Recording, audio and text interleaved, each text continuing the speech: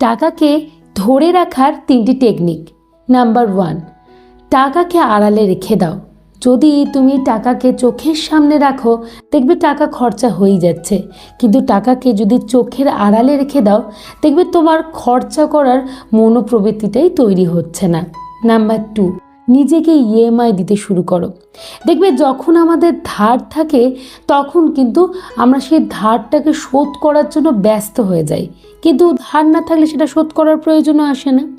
আমি ইএমআই দাও কথাটা কেন বলছি, তুমি যদি নিজেকে বোঝাও যে না আমার ধার রয়েছে বা আমাকে ইএমআই শোধ করতে হবে, তখন দেখবে তুমি যাই করো না কেন টাকাটাকে আলাদা করে সরিয়ে রাখবে এবং সেটাকে শোধ করার চেষ্টা করবে। এইটাই যদি নিজের ক্ষেত্রে করো তাহলে কেমন হয়, মানে মনে করো তোমার একটা কোনো ধার রয়েছে এবং সেটা তোমাকে শোধ করতে হবে, সেই অনুযায়ী কিন্তু তুমি নিজেকে ইএমআই দিতে শুরু করো। নাম্বার 3, সব সময়ের জন্য চেষ্টা করবে ডিসকাউন্টের ট্র্যাপে পা যাতে না দিতে হয়। আমরা অনেক সময় দেখি বিভিন্ন জায়গায় বিভিন্ন ডিসকাউন্ট চলছে, এত পার্সেন্টেজ ডিসকাউন্ট, এগুলো দেখার পর আমাদের একটা লোভ জন্মে যায় যে না এই জিনিসটা কিনে নিয়ে আসি, কিন্তু সেটারও তো দরকার নেই, তবুও কিনে নিয়ে এসে একটা বাজে খরচা করি, যার ফলস্বরূপ হাতে টাকা থাকে না, হাত থেকে টাকা বেরিয়ে যাচ্ছে, অর্থাৎ বাজে খরচ হচ্ছে। তাই পার্সেন্টেজ বা ডিসকাউন্টের ট্র্যাপে পা দেওয়া চলবে না, তাহলেই দেখবে টাকাকে তুমি ধরে রাখতে পারছো।